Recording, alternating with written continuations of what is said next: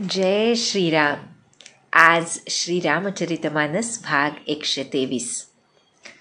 रामे चित्तलयः सदा भवतु मे, भो राम मामुद्धर. ज्यांच्या चित्ताचा लय प्रभूचरणी सद्गुरूचरणी झालेला असतो किंवा तो व्हावा अशी तीव्र आकांक्षा ज्यांच्या मनामध्ये असते, त्यांना या जगातली कोणतीही गोष्ट ही दृश्य रूपानं आपल्या आराध्याहून वेगळी अशी दिसत नाही, किंवा ते जे काही कर्म किंवा विचार देखील करतात तो त्यांच्या आराध्याला धरून असतो. त्यांचा एक श्वास देखील आपल्या सद्गुरूंच्या भगवंताच्या चिंतनाशिवाय जाऊ शकत नाही. तसा तो जाऊ न देणं हे मुमुक्षाला करावं लागतं, जो मुमुक्षु अवस्थेमध्ये असतो, ज्याला साधक बनायचं असतं. पण जो साधक बनलेला असतो गुरुकृपेनं, त्याचा एक क्षणसुद्धा, अगदी एक श्वाससुद्धा आपल्या आराध्याच्या स्मरणाशिवाय जाणं केवळ अशक्य. आणि हीच त्या चित्तलयाची किल्ली आहे म्हटलं तर वावगं ठरू नये.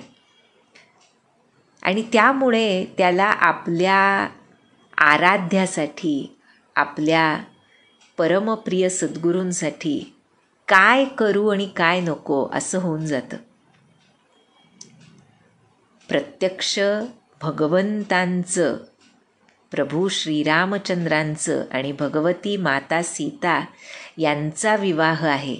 त्यामुळे जनकपुरी आणि अयोध्या यासारखे अत्यंत परमपवित्र असे प्रांत आनंदात न्हाऊन निघालेत. आपल्या लाडक्या जानकीसाठी आणि इकडे आपल्या लाडक्या राजकुमारासाठी काय करू आणि काय नको असं तिथल्या प्रजाजनांना देखील होऊन गेलं आहे.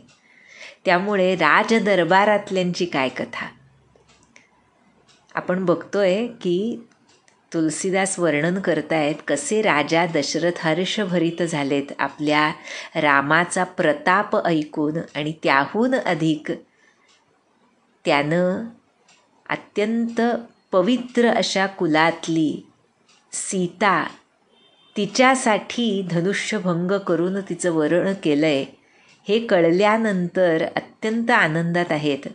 आणि ही वार्ता दूतांकरवी आल्यानंतर ते वसिष्ठांना सांगतायत हे आपण बघितलं.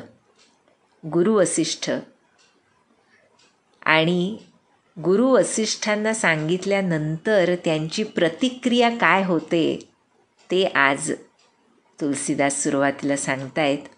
आणि पुढं ह्याच समारंभाची सुरुवात कशी होती आहे अयोध्या नगरीमध्ये ह्याचं सुंदर वर्णन करतायत. म्हणतात, सुनी बोले गुर अति सुख पाई, पुण्य पुरुष कहूँ मही सुख छाई, जिमि सरिता सागर महु जाही, यद्यपि ताहि कामना नाही, तिमि सुख संपत्ति बिनहि बोलाए, धर्मशील पही जाहि सुभाए, तुम गुर विप्रधेनु सुर सेबी, तसि पुनीत कौसल्या देवी, सुकृति तुम समान जग माही, भयबुन है को हो न्यू नाही, तुम्हते अधिक पुण्य बड़का के, राजन राम सरिस सुत जाके.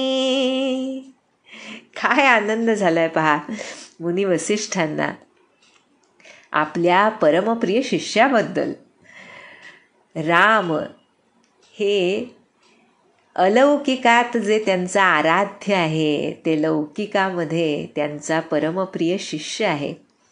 त्यामुळे जेव्हा दशरथांनी ही रामाच्या विवाहाची बातमी त्यांना सांगितली त्यावेळेला अत्यंत हर्षभरित होऊन गुरु म्हणतायत, गुरु वसिष्ठ, की पुण्यात्मे जे असतात त्यांच्यासाठी ही पृथ्वीसुद्धा सुखानं भरलेली असते.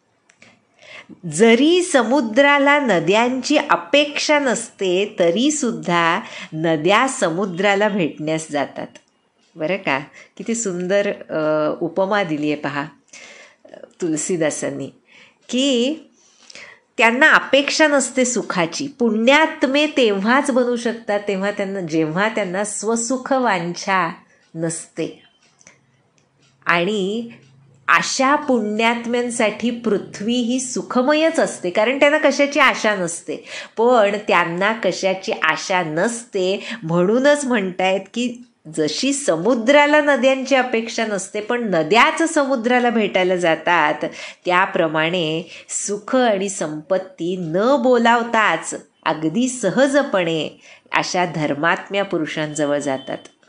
आणि अशा रीतीनं वसिष्ठ दशरथांची प्रशंसा करतायत, कौतुक करतायत यामध्ये, की तुम्ही कसे आहात राजे दशरथ, गुरु, विप्र, गाय आणि देव यांची सेवा करणारे आहात. आणि तुमच्यासारखीच तुमची कौसल्या देवीसुद्धा पवित्र आहे म्हणतायत. पुढे म्हणाले, तुमच्यासारखे पुण्यात्मे जगात कोणी झाले नाहीत, आजही नाहीत आणि पुढेही होणार नाहीत. हे राजा, ज्याला श्रीरामासारखा पुत्र आहे त्याच्यापेक्षा अधिक पुण्यवान कोण असणार? कोण बोलते पहा, गुरु बोलतायत आपल्या शिष्याबद्दल, त्यांच्या वडिलांकडे. काय सुंदर योग आहे आहा. आणि पुढे म्हणतात, वीर विनीत धर्म व्रतधारी गुणसागर बर बालक चारी तुम कहूँ सर्व काल कल्याणा सजहु बरात बजाई निशाना चलहु बेगी सुनि गुर बचन भले ही नाथ सिरुनाई भूपति गवने भवन तब दूतन वासुदेवाई. वसिष्ठ म्हणताय, तुमच्यासारखा पुण्यवान कुणी नाही ज्याचे चारही पुत्र अत्यंत वीर, अतिशय विनीत, विनम्र आहेत, धर्मव्रताचं आचरण करणारे आहेत आणि गुणसमुद्र आहेत. तुमच्यासाठी त्यामुळे सर्व कालामध्ये कल्याणच कल्याण आहे. तुम्ह कहू सर्व काल कल्याणा. आणि म्हणून आता दवंडी पिटवा आणि वऱ्हाड सज्ज करा. वसिष्ठांनी दशरथ राजांना आज्ञा केली की आता दवंडी पिटून वऱ्हाड सज्ज करा आणि लवकर निघा म्हणाले. गुरूंचं हे बोलणं ऐकून दशरथांना अजूनच आनंद झाला. त्यांनी मस्तक नमवलं आणि ते जे जनकपुरीहून दूत आले होते त्यांना त्यांचा निवास दाखवला, राहायची जागा दाखवली आणि आपल्या महालात आलेत आता राजा दशरथ. मग काय झालं तर, राजा सबुर निवास बोलाई जनकपत्रिका बाची सुनाई सुनी संदेशु सकल हर्षानी अपर कथा सब भूप बखानी प्रेम प्रफुल्लित राजहिरानी मनहु सिखिनी सुनी बारिद बानी मुदित असीस देही गुर नारी अति आनंद मगन महतारी. शेवटी रामांच्या मातांना ही बातमी राजा दशरथांनी ते पत्र वाचून दाखवून सांगितली. सर्व राण्या आनंदानं फुलून गेल्या. ज्या ज्या गोष्टी दूतांकरवी समजल्या होत्या त्या सर्व गोष्टी राजा दशरथांनी आपल्या राण्यांना सांगितल्या. तुलसीदास वर्णन करतायत, जसा मेघनाद ऐकून मोर प्रफुल्लित होतात तशा ह्या प्रेमानं प्रफुल्लित झालेल्या दशरथ राण्या दिसत होत्या. ज्या तिथल्या वयोवृद्ध स्त्रिया होत्या त्यासुद्धा प्रसन्न होऊन आशीर्वाद देऊ लागल्या आणि अति आनंद मगन महतारी, सगळ्या राण्या अत्यंत आनंदात निमग्न होऊन गेल्या. आणि मग लेही परस्पर अतिप्रिय पाती, हृदय लगाई जुड़ावही छाती, राम लखन कई कीरति करनी, बारही बार भूप बरबरनी. सर्व राण्या अतिशय प्रेमानं ते पत्र हृदयाशी वरचेवर धरत होत्या आणि जणू त्या पत्रातूनच आपल्या लेकरांचा स्पर्श जाणवावा तसं स्वतःच समाधान करून घेत होत्या. दशरथांनी सुद्धा राम लक्ष्मणाची कीर्ती आणि कर्तृत्व यांचं वरचेवर वर्णन त्यांच्यासमोर केलं आणि सर्वच आनंदात न्हावून निघाले. सर्वच राण्या आनंदानं म्हणू लागल्या, मुनी प्रसादो कही द्वार सिधाए, रानी तब मही देव बोलाए, दिए दान आनंद समेता, चले विप्रवर आशीष देता. किती सुंदर पहा. हा अतिशय गोड असा योग जेव्हा सर्व राण्यांच्या राजाच्या कानावर पडला तेव्हा ही सर्व मुनींची कृपा आहे, विश्वामित्र मुनींची कृपा आहे असं म्हणू लागले आणि बाहेर आले. आणि मग त्या राण्यांनी विप्रवरांना तिथल्या सर्व बोलावलं आणि अत्यंत आनंदानं दानं दिली. कसं आहे पहा, जो आनंद मग्न होतो त्यानं केवळ आपल्याच आनंदाबद्दल विचार करत राहणं यापेक्षा अधिक श्रेष्ठ आपल्या आनंदात इतरांनीही सहभागी व्हावं.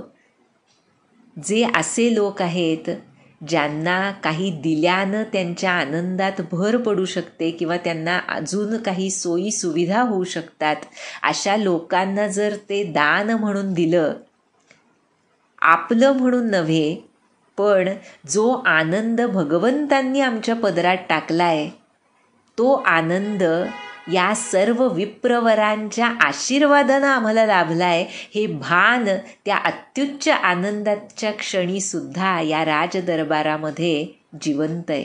आणि त्यामुळे ह्या सर्व राण्यांनी विप्रवरांना बोलावून दान दिलं. दानसुद्धा कसं सांगितलंय बघा, दिये दान आनंद समेता. दान ही पुण्य कमावण्यासाठी केवळ करण्याची गोष्ट नव्हे.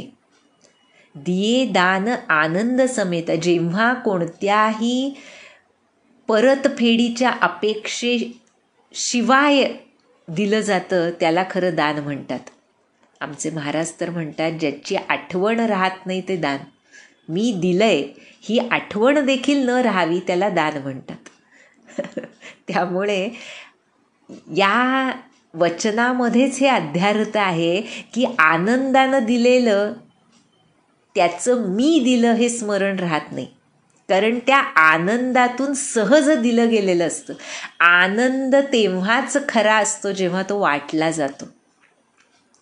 त्यामुळे इथे हे फार महत्त्वाचं आहे. काही काही गोष्टी ज्या आहेत, इथे तर हे सर्वोच्च घराणं आहे, राजा दशरथांचा वंश आहे, रघुवंश आहे, पण प्रत्येकच ठिकाणी जिथे आनंद होतो, आम्हाला देवानं आमच्या पदरात काही लौकिक आनंद घातलाय, तर त्यामध्ये जे त्या आनंदाला कदाचित त्या वेळेला त्यांना ते शक्य नाही, तर त्यांच्यासाठी आपण काहीतरी करावं ही भावना सहजी हृदयामध्ये निर्माण होणं, याला गुरुकृपा लागते. दाता भवती वा न वा म्हटलंय. सर्व होतील पण दाता होणं, द्यायला शिकणं. आमचे महाराज म्हणतातच द्यायला शिकावं. त्यामुळे हे द्यायला शिकणं आपल्या आनंद कालामध्ये सुद्धा आणि कोणत्याही कालामध्ये सुद्धा जो देतो त्याचं मन विशाल होत जातं असं म्हटलं जातं. आणि त्या देण्यामध्ये सुद्धा मीपणाची भावना नसणं ही त्याच्या पुढची पायरी. त्यामुळे आणि दिल्यानंतर इथं वर्णन करतायत तुलसीदास की चले विप्रवर आशिष देतात. सर्व श्रेष्ठ विप्रवरांनी आशीर्वाद दिले. जाचकलिये हकारी दीन्ही निछावरी कोटी विधी चिरुजीवहु सुतचारी चक्रवर्ती दशरथ के. सोरठा आहे की सर्व भिक्षुकांना सुद्धा बोलवून कोट्यवधी प्रकारच्या देणग्या तिथं त्यांनी दिल्या. चक्रवर्ती महाराज दशरथ यांचे 4ही पुत्र चिरंजीव होवोत असा आशीर्वाद देत तिथले सर्वजण निघाले आणि वऱ्हाडाची तयारी सुरू झाली. पहा किती सुंदर वर्णन केलंय. म्हणतात कहत चले पहिरे पटनाना हर्षिहने गह गहे निसाना समाचार सब लोगन पाए लागे घर घर होन बधाए भुवन चारी दस भरा उछाहु जनक सुतार रघुबीर बियाहु सुनि शुभ कथा लोग अनुरागे मग गृह गली संवारन लागे यद्यपि अवध सदैव सुहावनी रामपुरी मंगलमय पावनी तदपि प्रीति कई प्रीति सुहाई मंगल रचना रची बनाई ध्वज पताक पट चामर चारु छावा परम विचित्र बजारू कनक कलस तोरण मणि जाला हरद दूब दधी अच्छत माला मंगलमय निज निज भवन लोगन रचे बनाई बीथी सींची चतुर सम चौके चारु पुराई. 4ही पुत्र चिरंजीव होत असं म्हणत सर्वजण अतिशय सुंदर सुंदर वस्त्र परिधान करून निघाले. सगळीकडे नगारे वाजू लागले. सर्व लोकांना वार्ता समजली आणि घरोघरी अयोध्येत आनंदोत्सव सुरू झाले. जानकी आणि रामचंद्र यांचा विवाह होणार आहे या एका शुभ वार्तेनं सर्व लोक प्रेममग्न झाले. उत्साहानं भरून गेल्या. अयोध्येच्या सर्व छोट्या छोट्या गल्ल्यासुद्धा उत्साहानं भरून गेल्या. सर्व लोक रस्ते घरं सजवू लागले. तुलसीदास म्हणतात अयोध्या नित्यच शोभिवंत आहे कारण ती श्रीरामांची मंगलमय पवित्र अशी नगरी आहे. यद्यपि अवध सदैव सुहावनी रामपुरी मंगलमय पावनी तरी सुद्धा अशा ह्या नित्य शोभिवंत नगरीलाच प्रेमाची भरती आली आहे. त्यामुळे पुन्हा सुंदर आणि मंगल अशी नव्याने सजवतायत सर्वजण. ध्वज पताका पडदे चवऱ्या यांनी सुगंध बाजार सजलाय. सोन्याचे कलश तोरणं मण्यांच्या झालरी हळद दुर्वा अक्षता यांनी सर्वांनी आपली घरं सजवून मंगलमय बनवून टाकली. छोट्या छोट्या गल्ल्यांमध्ये चंदन, केशर, कस्तुरी, कापूर यांपासून बनलेल्या पदार्थांचे सडे शिंपले गेले. दारात सुंदर रांगोळ्या काढल्या गेल्या. जह तह जूथ जूथ मिली भामिनी, सजिन वसप्त सकल दुती दामिनी, बिधुबदनी मृग सावकलोचनी, निज स्वरूप रती मानुबी मोचनी, गावही मंगल मंजुल बानी, सुनिकल रव कल कंठील जानी, भूप भवन किमी जाई बखाना, विश्व विमोहन रचिउ बिताना, मंगल द्रव्य मनोहर नाना, राजत बाजत विपुल निसाना, कतहु बिरिद बंदी उच्चरही, कतहु वेद धुनि भूसुर करही, गावही सुंदरी मंगल गीता, लै लै नामु रामु अरु सीता, बहुत उत्साहु भवनु अति थोरा, मानहु उमगी चलाचहु ओरा, शोभा दशरथ भवन कई, को कबि बर नहीं पारा, जहाँ सकल सुर शीस मनी, राम लीन अवतारा. वाह.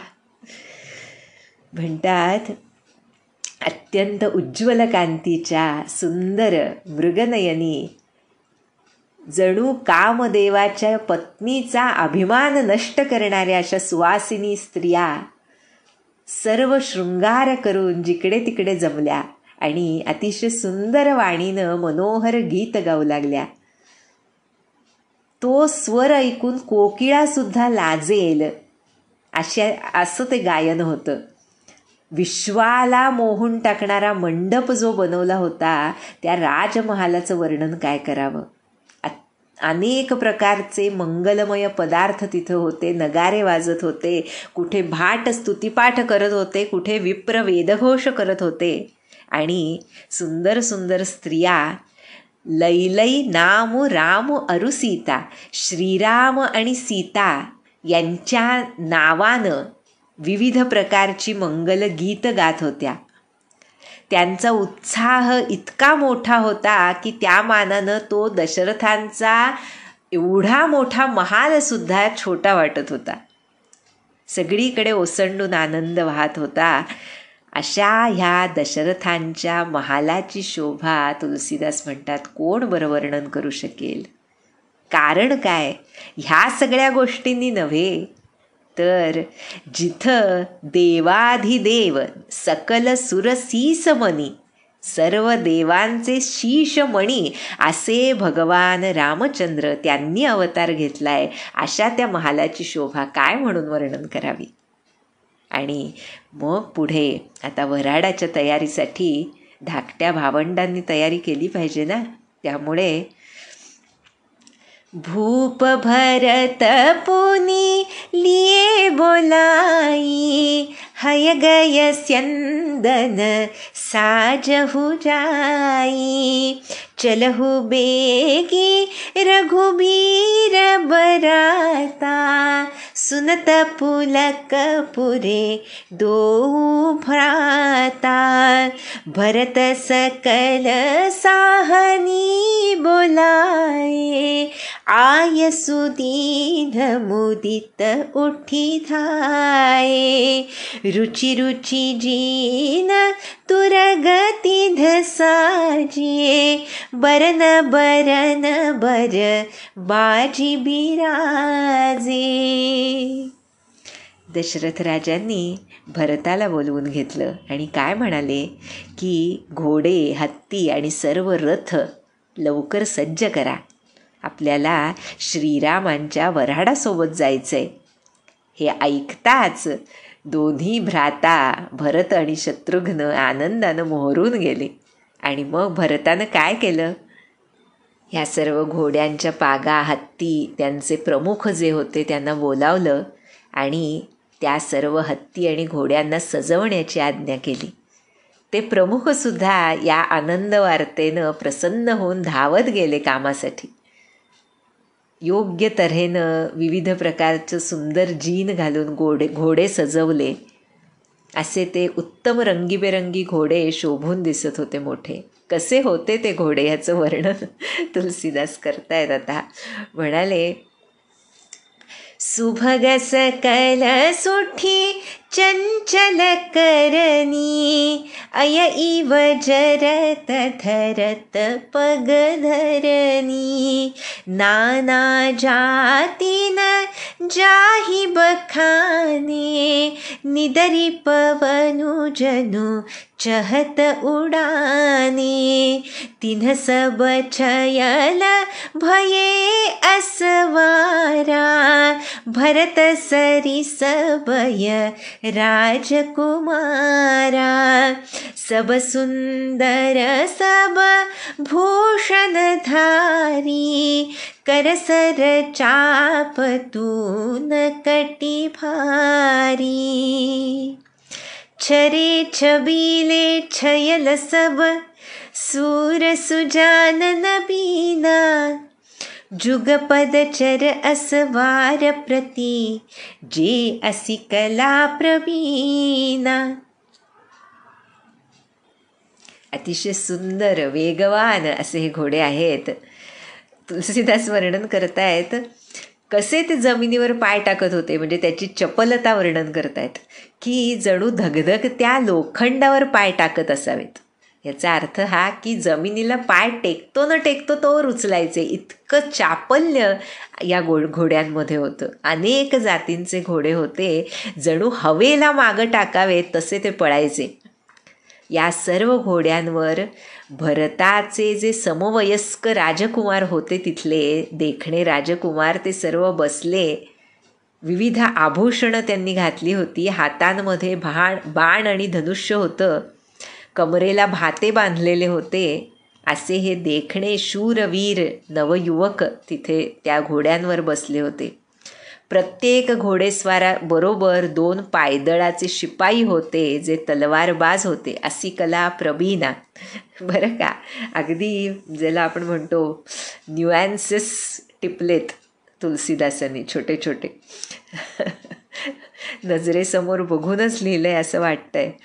तसं पुढे म्हणतात, बांधे बिरद बीर रन गाढे, निकसी भये पुर बाहेर ठाढे, फेरही चतुर तुर गगती नाना, हर्षही सुनी सुनी पनवनी साना, रथ सारथी न बिचित्र बनाए, ध्वज पताक मनी भूषण लाए, चवर चारु किंकिनी धुनि करही, भानु जान शोभा अपहरही. हे सर्व घोडे आणि ते शूरवीर त्यावर स्वार असलेले नगराबाहेर येऊन उभे राहिले आणि विविध रीतींनी ते घोड्यांना फिरवत होते. उत्साहाच्या भरात तुतार्या नगारांच्या आवाजामुळे आनंदित होत होते. विविध आभूषणं, ध्वजा, पताका, रत्न यांनी ते रथ सजले होते. सुंदर चवऱ्या लावल्या होत्या, घंट्या किणकिण करत होत्या. इतके सुंदर रथ होते की सूर्याच्या रथाची शोभा हरण व्हावी. आणि पुढे वर्णन ह्याचंच करतायत, कसं दिसत होतं ते वऱ्हाड. तर सावकरन अगणित हय होते, ते तिन्ह रथन सारथिन जोते, सुंदर सकल अलंकृत सोहे, जिन्हि बिलोकत मुनि मन मोहे, जे जल चलहि थलहि कीनाई, तापन बूढ़ बेग अधिकाई, अस्त्र शस्त्र सबु साजु बनाई, रथी सारथिन लिए बोलाई, चढ़ी चढ़ी रथ बाहिर नगर, लागी जुरन बराता, होत सगुन सुंदर सबही, जो जेहि कारज जाता. तुलसीदासांना आपल्या आराध्याच्या वऱ्हाडाचं वर्णन करताना थांबताच येत नाहीये. इतकं तऱ्हेतऱ्हेचं दृश्य त्यांच्या अंतर्चक्षूंसमोर साकार होतंय की जसं म्हटलं जातं, ज्या वेळेला भगवंतांच्या लीलेमध्ये ह्या आंतरजगताचा प्रवेश होतो त्यांच्या कृपेनं, त्यावेळेला इतक्या मायन्यूट डिटेल्स त्या भक्ताला दिसतात की दृश्य जगामध्ये आम्ही काय बघू. इतक्या त्या बारक्या गोष्टी तुलसीदास टिपतायत आपल्या अंतर्चक्षूंसमोर आणि ते कागदावर उतरवतायत. थांबता येत नाहीये. सारथ्यांनी रथांना जुंपले त्या श्यामवर्ण घोड्यांना. सुंदर अलंकारानं सजवलेले घोडे आहेत. असे घोडे आहेत की मुनींचं सुद्धा मन मोहून जावं. पाण्यावरही ते चालणारे जमिनीप्रमाणेच असे घोडे आहेत. इतके वेगवान आहेत की त्यांची टाप पाण्यात बुडत नाही, इतके चपळ आहेत. साज शृंगार सजवून सारथ्यांनी आता रथींना बोलावलंय. रथांवर चढून हे वऱ्हाड नगराबाहेर आता येऊ लागलंय आणि सर्वांनाच ज्या कार्यासाठी ते चाललेत त्यामुळे विविध प्रकारचे शुभशकुन होत आहेत असं वर्णन तुलसीदास करतायत. अजूनही वर्णन आहेच, ते आपण पुढच्या भागात बघूया. पण एकूणच आपल्याला लक्षात येईल की तुलसीदासांचा उत्साह किती ओसंडून वाहतोय ह्या आपल्या आराध्याच्या वऱ्हाडाचं वर्णन करताना, ज्यातून आता त्यांचं जे आराध्य सीताराम त्यांचा विवाह संपन्न होणार आहे. त्यामुळे आता हे चढत्या वाढत्या क्रमात हे वर्णन वाढत जाणार आहे, एवढंच लक्षात घेऊया. जानकी जीवन स्मरण. जय जय राम.